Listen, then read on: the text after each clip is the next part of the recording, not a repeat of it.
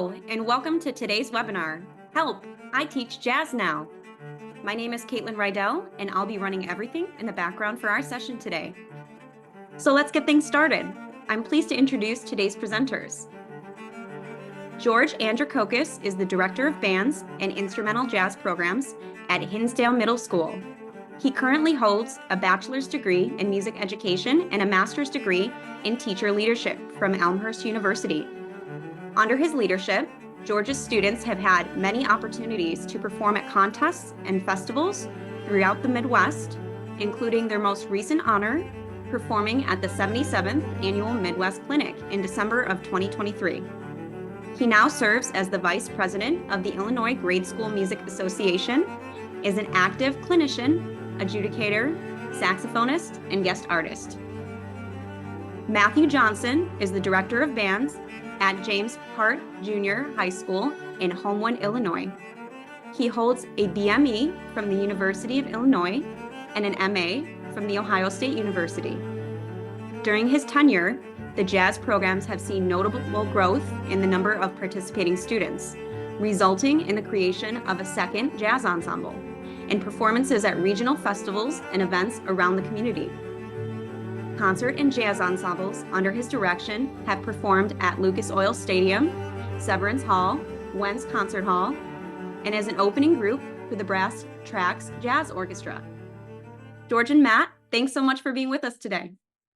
Thank you. Thank you, Caitlin. Thank you for that wonderful introduction. I'm George Andrikokis. I'm Matt Johnson. And we're going to kick things off with Help, I Teach Jazz Now. So I'm just going to share my screen and we will make sure everything is up and running. And just to give a little bit of the impetus behind this, so a little more on my personal background is I am a saxophonist also.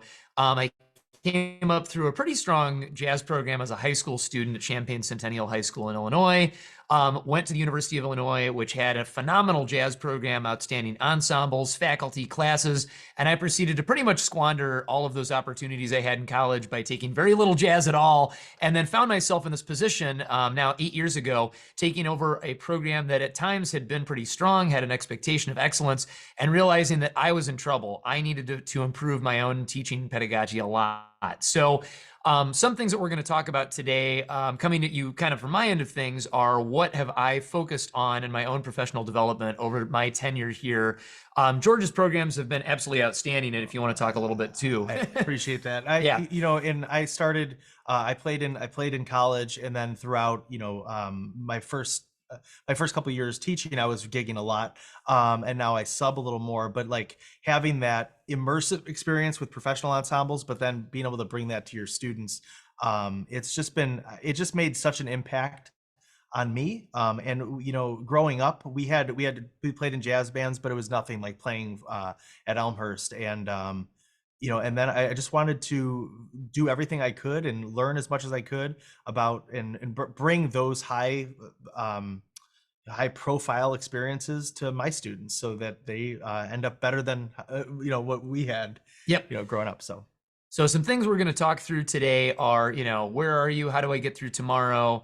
And again, coming at it kind of from my journey on my side of things are what are some steps I've taken to try to improve myself to the point where I feel that now my jazz program is very, you know, very respectable. Yeah. We offer, you know, a solid offering for our students, and as well as then what are some practices that you can implement in your classroom right now? What are some quick hitters, as well as then for your long-term growth and the long-term growth of your program, maybe you're building up.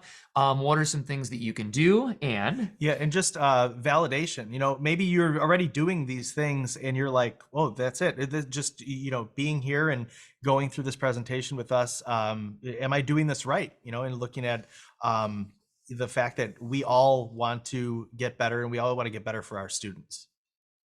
So starting things off, if you have very limited jazz experience and maybe you haven't played in a jazz ensemble much before, let's just talk standard instrumentation and kind of setup and some of the rationale behind that. So standard instrumentation for a jazz big band, 4 to 5 trumpets, 4 to 5 trombones, 5 saxophones, 2 altos, 2 tenors, and a baritone, a guitar player, a bass player, a drum set player, and a piano player, sometimes also with a vibraphone player. So what you'll see here are the first players of each section are lined up this way so that for intonation reasons as well as for leadership reasons, they're in the center of their sections and then they can all hear one another from back to front. And then the second trumpet, second trombone, and first tenor sax players are closest to the rhythm section so that they, a lot of times these members will be taking a lot of solos, so you want them close to the rhythm section. And then on the opposite end of things, you have the fourth trumpet, the bass trombone or fourth trombone, and the bari sax all end up on the other side. So if you want to think of how a chord is built, the bass notes of the chord are all lined up on the right side. Now, again, I've taught in a number of different school districts, and sometimes my jazz bands couldn't have that standard instrumentation. Some years we have 10 saxophones and 1 trombone player. Some years, especially teaching middle school, we have some students who play clarinet or flute or even at a jazz oboe one year. So there are a variety of ways that you can have these students seated if they play other instruments and you want to include students in your ensemble that way. Partially based on space limitations. So for example, if you have 10 saxophones and 3 extra clarinet players, you could perhaps put those clarinet players in the second or third row. If you have a limited saxophone section and are filling some of those in with other woodwind instruments, you could put those in the front row. But standard setup anyway would look like this, as well as having your guitar player kind of as an extension of that front row next to the saxophones. So. All right, yeah. And then we're going to kind of gloss over this section as well. I do want to back up one other thing that I just meant to say also on our last slide is I've also had the situation where we have more than one percussionist who's interested in jazz band, which is great. So some solutions for that so that everybody has a role, and most importantly, maybe in a middle school jazz ensemble. So everybody's staying busy. You can have your second, third, fourth percussionist play mallets on a vibraphone or maybe even other mallet instruments, as well as then there's color percussion instruments that you can add. Sometimes these will be written out in a lot of middle school level jazz arrangements, but if not, there's a lot of ways that you can create something that goes along with what the rhythm ensemble groove is. So, and then in terms of guitar playing too, we'll talk a little bit about what the role of a guitar player is. But full disclosure, again, in 14 years of teaching middle school, I've only had 2 years where I had a guitar player, and we'll talk about where if you have a solid keyboard player or 2, you can get by without if you really need to. Obviously, it's an important part of the jazz ensemble, and especially for high school groups, you'd like to have one there. But we'll just kind of talk about how that works as well here. So again, just a quick overview then, if you are looking to incorporate the teaching of jazz history into your ensemble, which we certainly hope you will. We think that this is a part of America's musical heritage, which is why George and I love this music so much and love teaching it every day. We'll post some of these videos, but if we go back and had to divide jazz into some generalized eras, the first style of music that we see around the turn of the 20th century that we could maybe identify as modern jazz is Dixieland jazz, involving just a few instrumentalists with a small rhythm section. In the late teens, early 1920s, we start to see this evolve into larger ensembles, which we think of as big bands, kind of what we think of as the standard jazz band. Which becomes, you know, America's popular music, really, of what everybody's listening to on the radio and is hearing in dance halls and everything in the 1930s and 40s. Post-World War II then, as rock and roll starts to emerge out of rhythm and blues, and some jazz musicians kind of changing what they're doing, jazz becomes smaller and more intimate and goes into cool and bebop. And then a lot of times students think of jazz music, oh, that's something that happened, 50, 100 years ago. My grandparents listened to that. There aren't jazz musicians today. There are, and jazz music is alive and well, and there's tons of amazing artists doing new and innovative things and still honoring some of the traditions of jazz in the past that we can look up as well. So again, we'll reference back to that if we have a little bit of time, but we have these videos posted on our website, which has all of our resources. So, well, very good. So to start, we want to just talk about our program structures. Okay, so at Hinsdale Middle School, we have one jazz ensemble, and we rehearse on Tuesday evenings, 3:30 to 5:30, and then we have sectionals, and those are scheduled outside of the school day, both obviously for rehearsals and sectionals. We rehearse in the band room, auditions. It is an auditioned ensemble, and our funding is director stipend and an extracurricular budget. And just if you're looking to either set up a program, expand your program, or maybe revamp your program, that's just some of the things we want to think about here, right? So thinking about when are you meeting, where are you meeting, how are you meeting? And so in my case, we are fortunate that we have the interest at James Hart and the space and the directors, most importantly, to facilitate 2 jazz bands that are extracurricular that meet before school 2 or 3 days a week. We're also fortunate that when we looked at having a second jazz band, it was going to conflict with one of our other extracurricular ensembles. So we were able to get from our administration another classroom to convert that we now call the jazz room. So having this allows us to have jazz band every day in the morning so that we can have 2 groups. In our case, then, how are we going to have these 2 groups work out? We hold auditions in September for our 2 ability-based groups.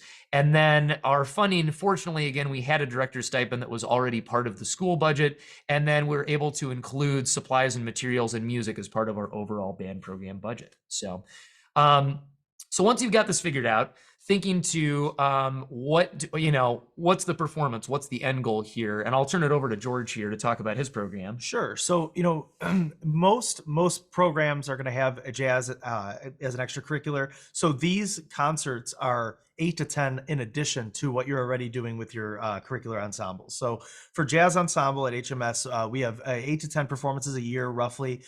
They're broken up into festivals, some community and district events, bringing in guest artists. We also consider those concerts as well. And then gigs with local big bands. We have about 2 or 3 a year. Exactly. And then from our end of things, again, having 2 ability-based bands, we're trying to structure our year around when can they perform in a way that makes sense, where they'll be able to have, a reasonable set list together. So for that second band, fewer concerts per year, but that way they can still have a complete set of 2 to 3 tunes that they can play and be successful on. For our top band, then we play at a few more concerts per year. That's the one that we'll take out to go to festivals. We've been doing music in the parks for a number of years too. Always fun with that. That's kind of our on-call band then too, if we have a community function where they need to have a band show up for it. And then also, again, like George mentioned too, if you can have a guest artist play with your band, that's an outstanding opportunity for your kids to get, again, even if this is your first year running a jazz program or your 30th year running a jazz program, for your students to hear a professional doing what they're aspiring to do and to see it live and to see them interact with your students. And if I could just put in a plug too for, even if you don't feel as comfortable with this early on and you're thinking, oh, should I really take my kids to a jazz festival? I would say absolutely do it. In our state of Illinois, there are tons of jazz festivals that are non-competitive, and it's very much the judgment-free zone, which my first couple of years at James Hart, I really appreciated having some judges and adjudicators that didn't give us a rating or a score, but just gave us written and verbal feedback and did some really outstanding clinics with our students. And then a number of times would pull me aside and be like, hey, you're doing great. Here's some things to think about, which I really appreciated as a young jazz director, being able to grow from those experiences. So absolutely. Yeah. And I just echo everything that Matt said. The more performances you can have your students perform, especially if they're getting feedback from professionals in the field, or even, in people that they're going to be able to see again and again and again, or like if they watch, YouTube videos, like, oh my gosh, that's the person that's my adjudicator. But just so that they get a sense of this world is very small, and it's even smaller and tighter when it comes to jazz.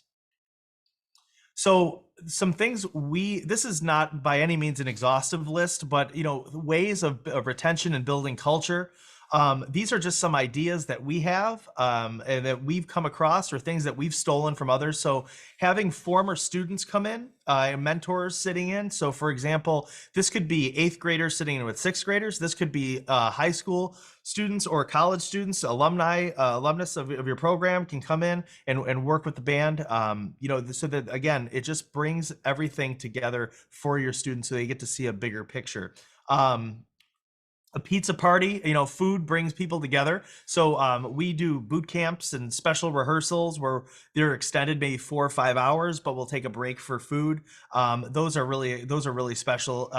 Jazz band end of the year party. I am historically bad about ending a school year, and adding that jazz band end of the year party sort of puts a exclamation point on a successful year with the band, and then we could start fresh, and that it just brings people together and just allows kids to be kids. Performances and gigs obviously are a great way to build culture. And then the thing that I want to highlight is reflections with students. So, anecdotally, we may think like, oh, this is really good for the students, or this is what they should want. But we need to ask our students and, just poll them real quick. You can do, exit slips, just a quick conversation at the beginning of rehearsal. What do you think of that performance? And, even just from the logistical side, like get their input. And as soon as they feel ownership of those decisions that you're making for them, they're gonna start to really understand that this is what they're doing is important. So if there are some things that that are not on this list that you do to build culture, if you want to add those to the chat, we'd love to see it. Building culture takes time, and these are just some things that some little nuggets that you can use and build on in your program. So the thing that I want to highlight now, once you get your program set in terms of the calendar, the structure, do you want to have it be audition, the instrumentation, all of those things, we want to talk about the style of playing. And this is a little bit more into the nuts and bolts. What you're doing in your symphonic ensemble is going to directly connect to your jazz ensemble playing. There are some tweaks though that you just need to be aware of. So the thing that I want to highlight is symphonic is generally thought of as a pyramid of sound. I know that's up for, just generally speaking, that pyramid of sound image. And for jazz ensemble, I like to think of it as a wall of sound. So if you think back to what that diagram of what a jazz ensemble looks like, they're all like bricks in a wall, and each individual part is very important. They're essentially a soloist. So the way we typically talk in symphonic band is, warm air, warm, spread, slow, moisture present sound. So what the activity that I like to do with the students to feel that difference, if you want to join me, is you blow warm air on your hand and you kind of like you're fogging up a window, and the qualities of that air is warm, it's spread around amongst your hand, it's slow, and there's moisture present. Okay. And then I have them do cold air. So blow cold air. And that cold air is obviously cold, it's focused, it's fast, and it lacks moisture, or we'll just say it's dry. So the difference between a jazz ensemble sound and a symphonic sound typically is going to be, there are many factors, but one thing not to overlook is what type of air are your students using. And I just want to play you an example here of big band, and you tell me if they're using warm air or cold air. Put through those professionals instruments, right? So that would be a great example of just cold, fast, focused, dry air moving through the instrument. Okay, so next is that there are so many connections to wind band literature in terms of just the notes, the rhythms. There's so many concepts that carry over, but one thing that it is very important to work on with your students is the bread and butter of big band, and that's the swing style. And the idea that your eighth notes are divided up and they're subdivided into a triplet feel. So the late Clark Terry would do a saying to get that feel, doodle la, doodle la, doodle la, doodle la, doodle la, doodle la, and get that feel. And what I'm doing here is I added doodle da, and the only difference between doodle da and doodle la is it's just reinforcing the articulation. It's an articulation focused exercise, but you can do doodle la or doodle da.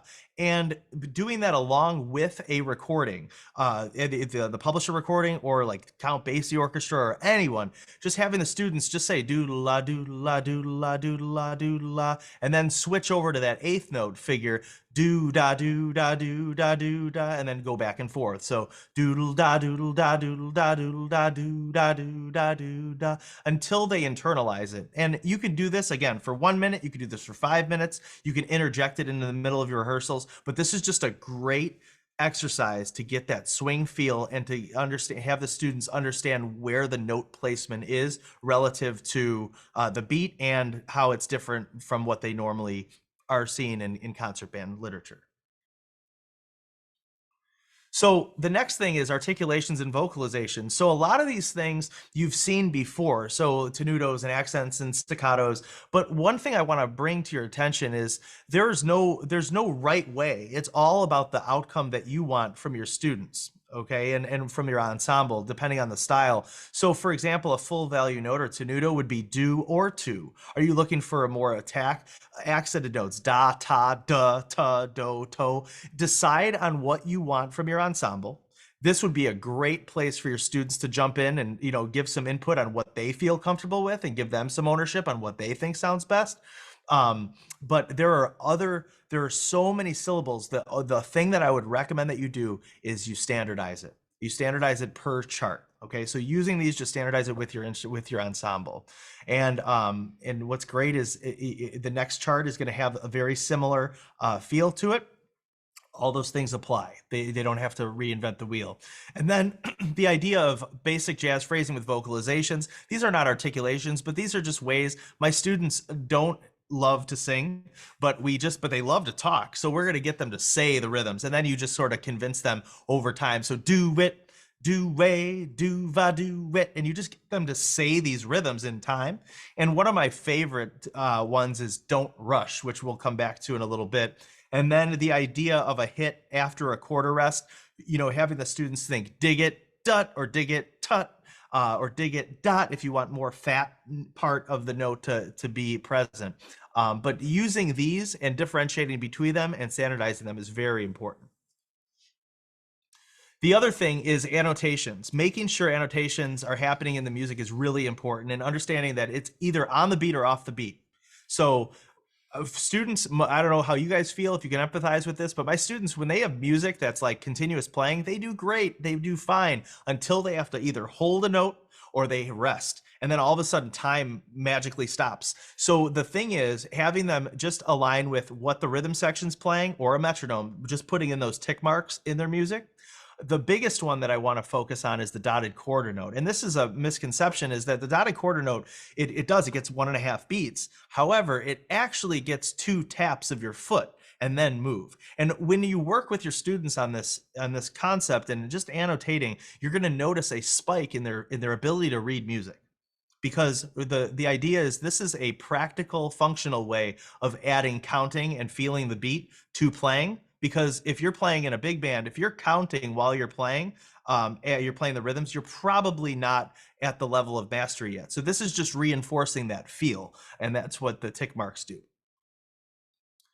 Okay, so transitional jazz phrasing. Sorry, this is just going to have things be off the beat that you see commonly in jazz charts. Now, these figures that I'm showing you, they're everywhere. You could grab any jazz chart and you could find pretty much all of them. So the idea here is the idea of the tennis ball feeling that weight on one, or on the beat. So if you take your imaginary tennis ball with me, and you take the tennis ball and you were to just bounce that tennis ball, when the ball hits the ground, that is the downbeat.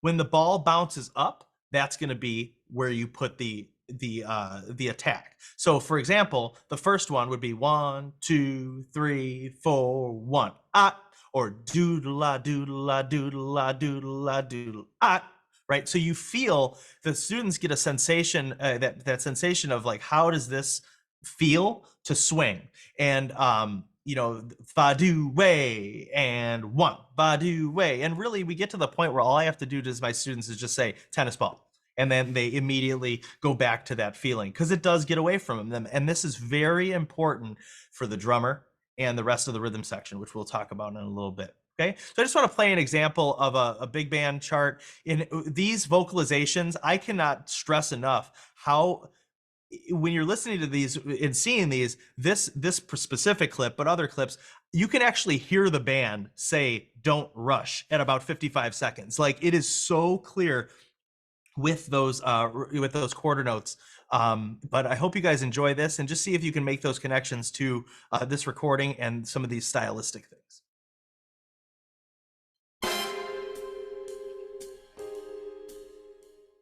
Very clearly that ensemble is playing with that style, and you'll hear those vocalizations, and you know, it doesn't necessarily, just because it's vocalization, it's just to get the students to feel comfortable singing, quote unquote, or just saying the rhythms. These next 2 slides, next 2 concepts, I should say, are probably the most critical thing that I use with my ensemble. And this conceptual consideration of counting rests in a swing style. Because of the unevenness of the beats, if a phrase ends on a downbeat, you start counting normally, so 1, 2, 3, 4. However, if it ends off of the beat, we should no longer say 1. For in this example, we would go 2, 3, 4. So 1, 2, do va do wit, 2, 3, 4. So now it's reinforcing what they're hearing in the rhythm section. Here's another. It's kind of an awkward rhythm, but 1, do va do wit, 1, 2, 3, 4. Okay, use this concept of counting for other syncopated figures as well. Okay, so what I'll do with the students is this. So if they're holding notes, it's what they're supposed to be thinking in the rest. So it's kind of like metacognition, if you will. So it's dot, dot, do, dot, da, 2, 3, 4. And I'll have them write in and annotate 2, 3, 4. Notice how I'm not having them write in 1, 2, 3, and 4. I'm having them write in the stuff that is going to allow them to keep the pace and keep things moving. Okay, so that's just a really quick thing to do with the students as you go through.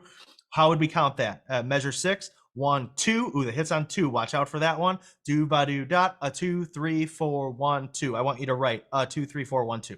And they do it really quick. And this way you can guarantee that your band, especially the wind players, are feeling and internalizing the space, if you will.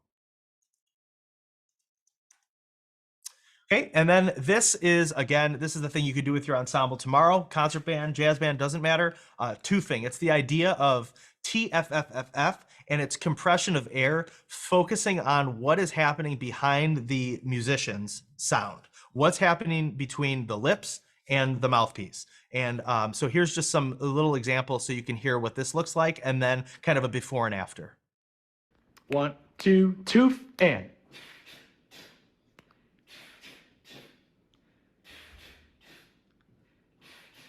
Now play it. 1, 2, and 1, 2, 3, and.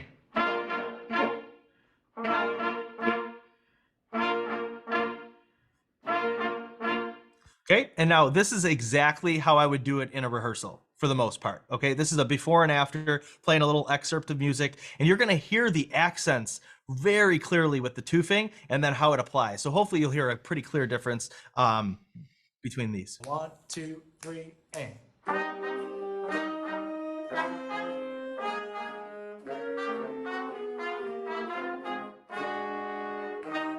Okay, let's tooth it. 1, 2, tooth. 1, 2, 3, and.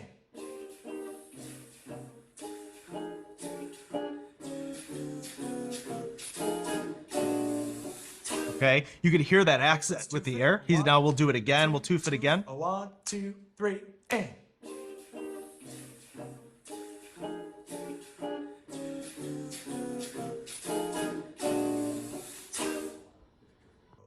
One, two, three, and.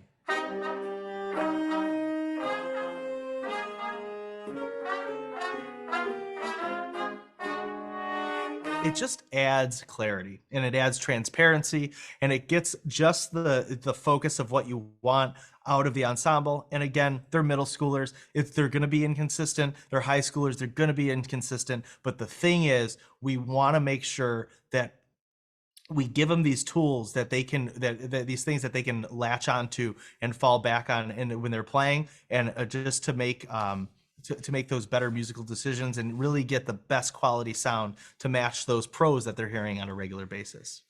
And kind of just a testimonial for that too. One of the first times I met George was when he judged my students, I think at my second or third year at James Hart. And man, they were toofing for like the rest of the year after we did that in a clinic. That worked really well. And then they really dug it. You just sold it pretty well in that clinic. So that was great. So, yeah. Awesome. So moving on a little bit to the other end of things, the rhythm section, which again, being a wind player who played, had some jazz playing experience in a big band, but hadn't really played that much in combos, had very little experience with with teaching and playing some of these instruments. If I can also just give a quick shout out to some things that you can do beyond today to continue to improve in these areas.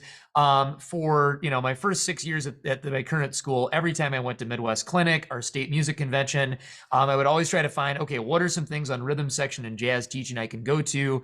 For my continuing education credits of graduate classes, I focused on that as well.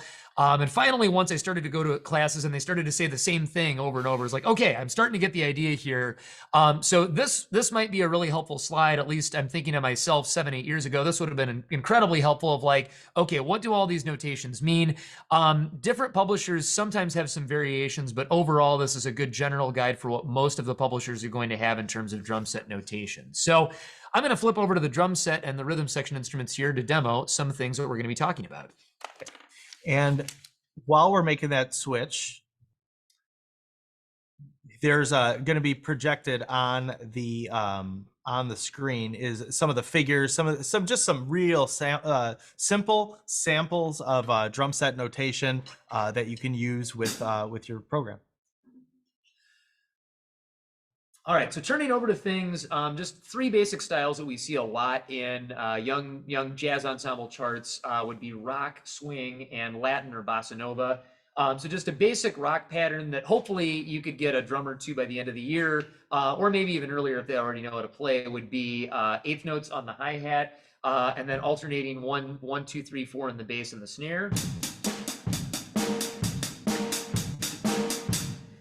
Swing then, there's a lot of variations that you can have on this, but basically the 2 important things we want to think of are that swing pattern on the ride, while we've got the sizzle going on 2 and 4 in the hi-hat. So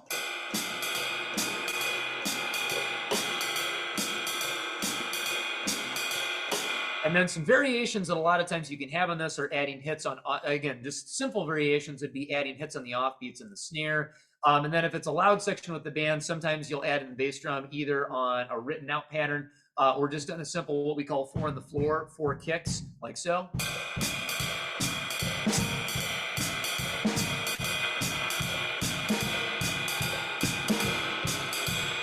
And then when we think of a Latin pattern, there's a lot of different variations on this depending on what style of Latin music we're talking about, but just a simple bossa nova pattern has driving 8th notes in the hi-hat, a 1 and 3 and 1 pattern in the bass, and then a son clave pattern going on rim knocks in the snare drum, which if you don't know what that means, I am taking, we're hoping to try to get a camera and we couldn't figure out a great way to do this, but we're switching, we're putting the snare stick backwards and laying it flat across the snares on the snare drum to get a rim knock sound like so,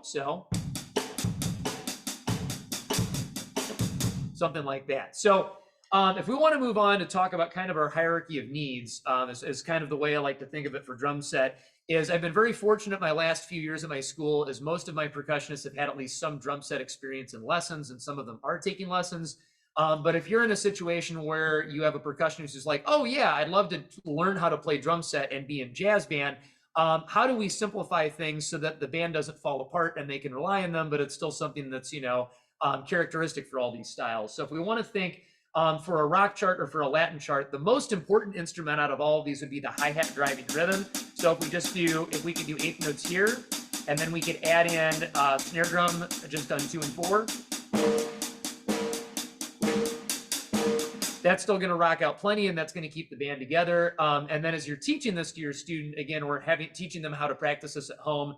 Practice doing 2 limbs at a time. So we did our hands. Now we'll do 1 hand with the foot. And then we can try doing the other hand with the foot. And then putting it all together.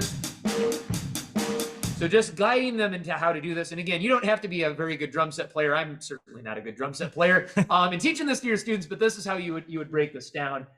Within a Latin pattern then too, again, either on the ride or on the hi-hat, having some driving pattern going there. If you can get a son clave pattern, great. If not, you could just add rim knocks in 2 and 4 or some other simplified pattern.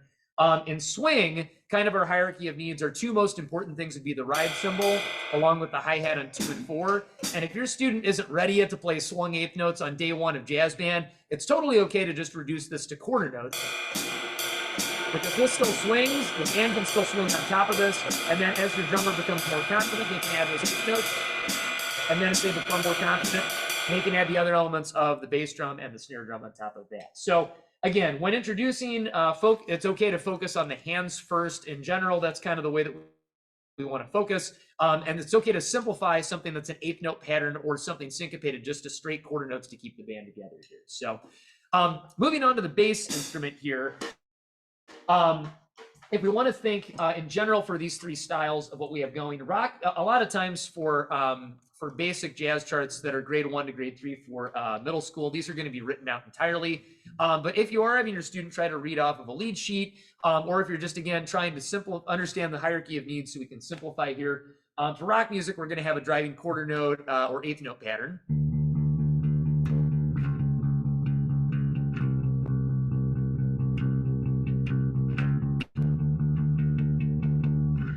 Which I don't know if you can see on the camera, but George is rocking out of the bass here. Anyway, yeah, there. For swing, we have what's called a walking bass line, where we're playing quarter notes and trying to go either stepwise or chromatically to get from the tonic of one chord to the tonic of the next chord.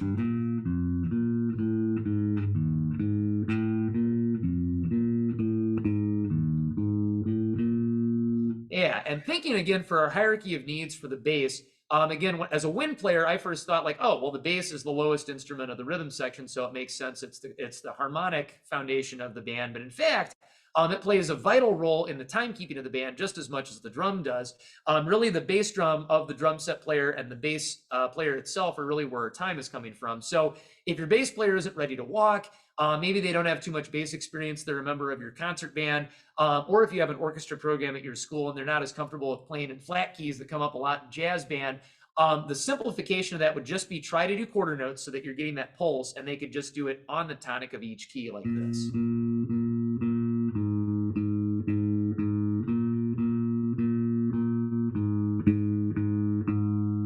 And again, that going along with quarter notes in the ride, you've got a big band right there. That can swing until those musicians are more comfortable being able to walk the bass line. And then in a bossa nova pattern, which again is probably our more common bass line, it's the 1 and 3 pattern that the bass drum is doing, but it's going on the root and the fifth of the chord.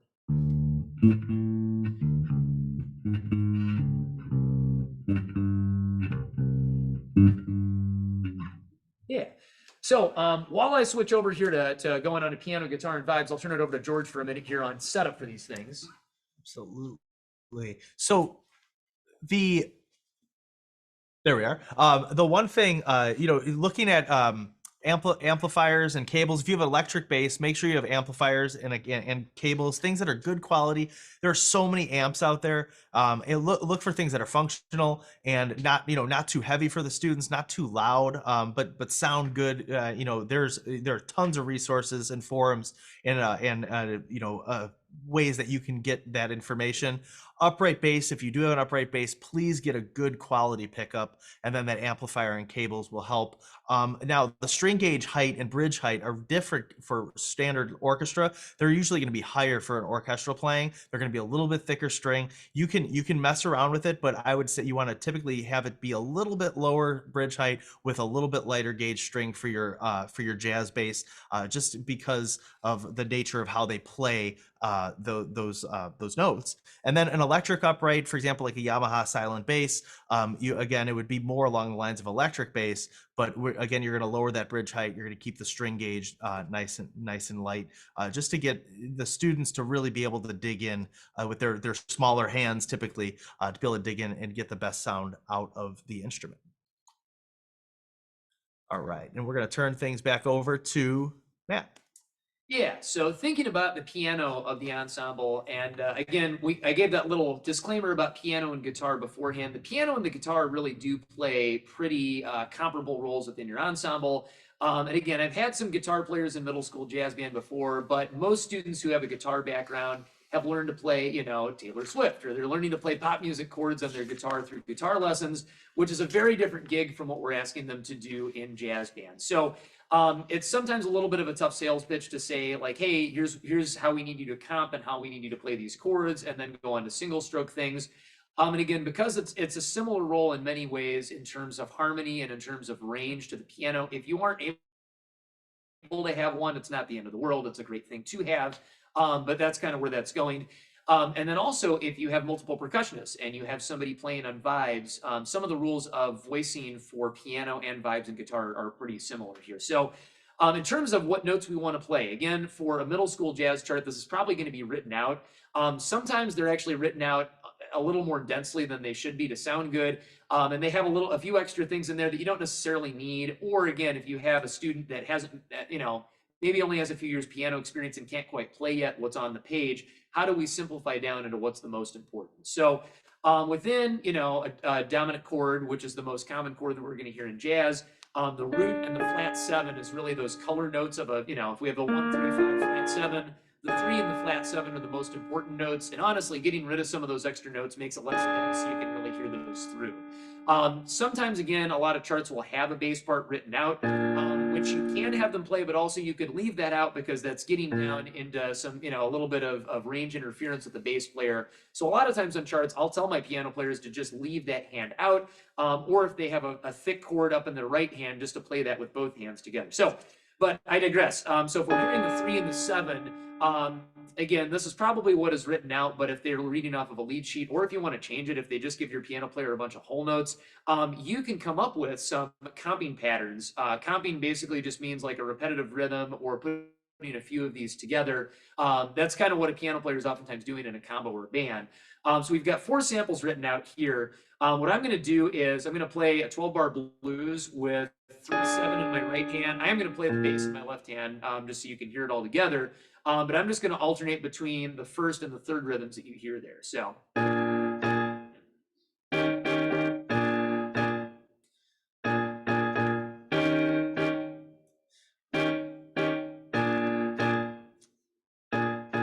So I'm not going to get hired to play anywhere on Friday night doing that. But again, if we're trying to get our students started off in the very fundamentals of what's going on, that's what we want them to think about. And again, what I'll tell my students too is if they're having trouble reading the exact part on the page, we'll start with just trying to read the top couple of chord notes of the chord, or again, just going with the chord symbols, and let's just try to play 3/7 and go along with that as well. So, and again, there's some other various comping patterns that we have listed on our website among our resources for common patterns for Latin and for rock patterns as well. So, so in terms of then moving on to how do we put this all together? So I've been to a couple of clinics with Dr. Jerry Tolson from Louisville, who one time said that your rhythm section should practice twice as often as your horns do, which maybe isn't the most, probably is some pretty good advice here. That if you have the flexibility to either do sectionals where you can pull your rhythm section out, or maybe just have some days, especially early in the year, where you say, hey, woodwinds and brass, let's just take this day off. We're going to do just rhythm section to focus on it. I like to call three or 7 measures of time plus a fill. So we can go ahead and play one of the videos of my students doing this.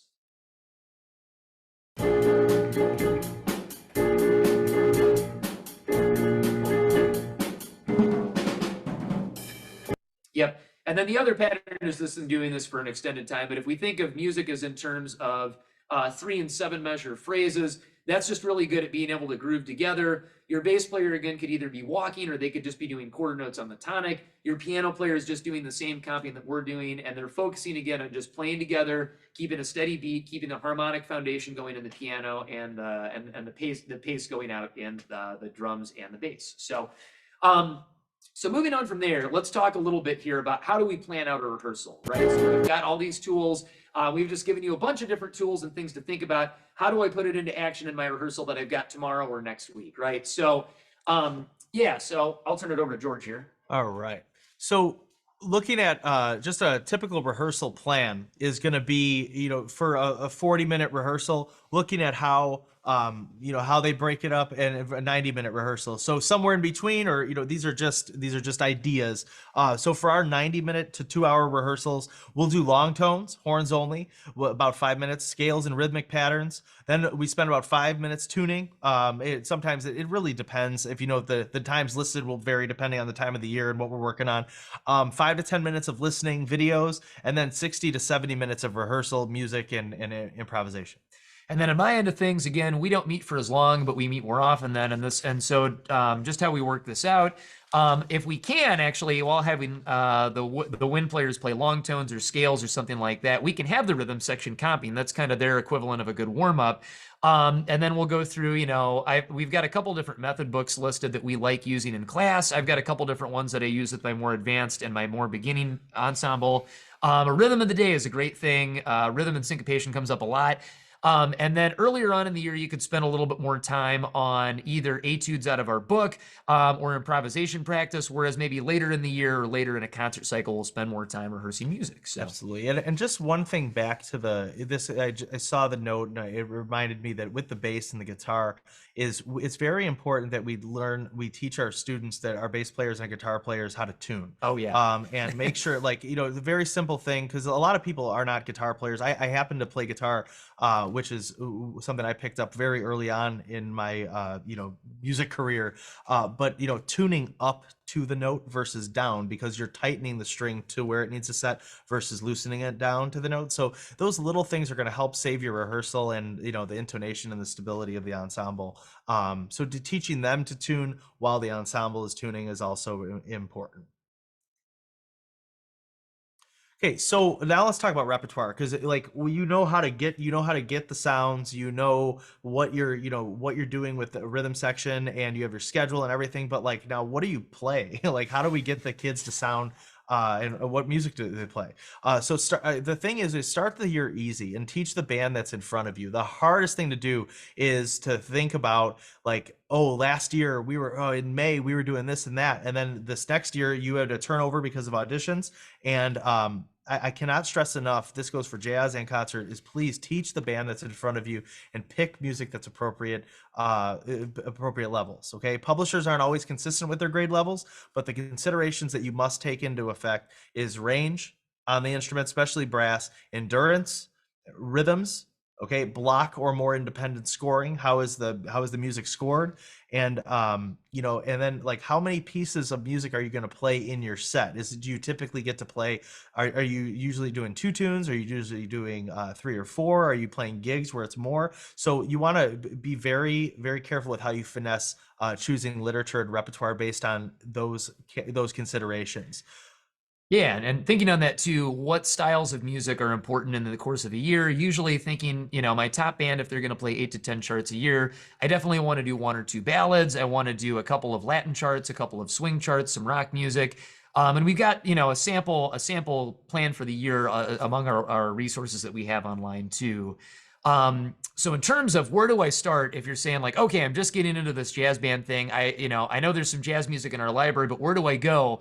One other thing that we have posted on there too are some different series from publishers. In particular, again, Alfred and we think of has a number of different graded series that have a lot of great standards and original compositions within them. Midwest Clinic every year has new music reading sessions, and you can also just look on what the repertoire that a lot of groups are doing that's graded as well. If you're in a state that has jazz festivals or a required list, you can go with that. Or again, if you have friends and colleagues in the field, those are great resources to ask. Lean on those people to ask, hey, what are you guys playing right now? Or I've got this and this, and I've got a really strong tenor sax player, but my brass section's a little bit younger. What can I do to make that happen? Or again, I've got a piano player that just started taking lessons last week. What can I do to help this band be successful? So absolutely. And we are going to go there, not for a long time, but we are going to talk about improvisation and listening and just conceptual things, because I think this topic tends to scare directors, especially people that don't have a background in improvisation. Now, as a saxophonist, a jazz saxophonist, I improvise. I'm not the greatest improviser in the world. There's so many people that are that I listen to and lean on and figure out how did you play, what did you play. But I think the thing is we need to immerse ourselves in it. And the best way to learn jazz and the best way to learn that improvisation piece and style and all of those things is orally listening to it and living it. It's the same concept as if you hang out with your friends, you start to pick up on some of those mannerisms that they have.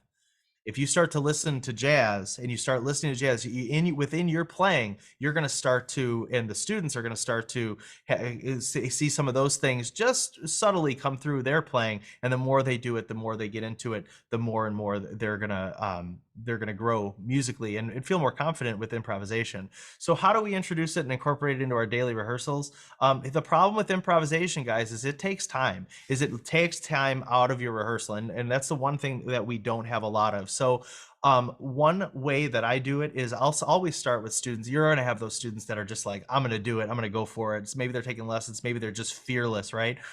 Go with that and build on it, and making sure that you're supporting them and give them what they need as far as, the greatest hits, scales, the B flat blues scale, the B flat major blues scale. And then going here, if you're looking at a B flat blues, you have B flat 7 and E flat 7. If you teach the students to use a B flat major blues scale on the 1 chord, and then an E flat major blues scale on the 4 chord, now they have just more colors to work with. Okay. So what I'll do is I'll provide individual feedback. We'll house things in an LMS like Google Classroom under improvisation, and using iReal Pro. And and that's the students that want to practice improvisation get to do that there. They submit their recordings to me, I give them feedback, and it goes back and forth. So this way, when they come into rehearsal, they've gotten the feedback. It took no time. It was an extension of my rehearsal, and I know they're practicing, working, and listening. It's been really beneficial. That's just one strategy that I use. Yeah, and just thinking too, since I a lot of times use comping with the rhythm section as part of my warm up, a lot of times that can seamlessly lead into like, hey, you know what, let's transition to a blues scale and let's everybody take a minute, come up with something cool, and we'll just come up with a 1 or 2 measure solo, and we can just go down the line and have everybody take a turn. But like George said, you do have to plan your rehearsal time, and that's part of planning your literature. Is maybe if you're torn between 2 songs, maybe take that song that's just a half grade easier, so you can spend some more time in your rehearsals, really spending that time on improvisation, listening, and talking about that too. Yeah, so you can always make a chart harder. Yeah. And so and keep its integrity. It's sometimes often difficult to trim things down. So resources, iReal Pro, transcriptions, and providing a listening list. Now here's the final thing, is transcriptions. So we talk about transcriptions. We buy transcription books. We talk about having students listening and transcribe solos. It is okay. You're getting my permission. Okay. Not that I'm anyone important, but you're getting my permission. It is okay to use stock written solos and start there, because what a stock written solo is, it is a transcription. It's a great launching part for your students, for your students to get comfortable playing improvising and getting ideas and seeing how the things that they're playing, what they're playing looks like on the page. And then from there, they can build off of it. And then you'll find that once they can start to make that solo their own and add rhythms, it's gonna take off, and they're gonna feel more confident, because that's the best thing, is when you asked your band, and they all like sort of hesitated at the beginning of the year about who wants to take a solo, and you have students that come up to you and say, can I solo eventually on this tune or that? Or when you ask who wants to solo on this one, and all their hands go up, and you actually have to turn students away because the song is 3 minutes and you don't want to make it 30. You have to, those are such great feelings. And, a lot of the starting points with students is transcriptions. Those written solos do not overlook those. They're a great vehicle and starting point for your young improvisers. So here is a QR code resource website that we've put together, and there's going to be a link in the chat and things for you. But this is far more extensive and will be continued to be updated by us as time progresses. As we start using different materials, we will upload those and those things for you and your students. But that is that link there. And we just wanted to say thank you so much for your time, spending time with us, listening through this hour-long webinar on how teaching jazz. We tried to make sure we had something for everyone in the car. And so we thank you, MakMusic and Quinlan and Fabish and Alfred for their support. And thank you, Caitlin, for your support in helping us make this webinar, making this presentation come to life in a virtual format. So thank you so much.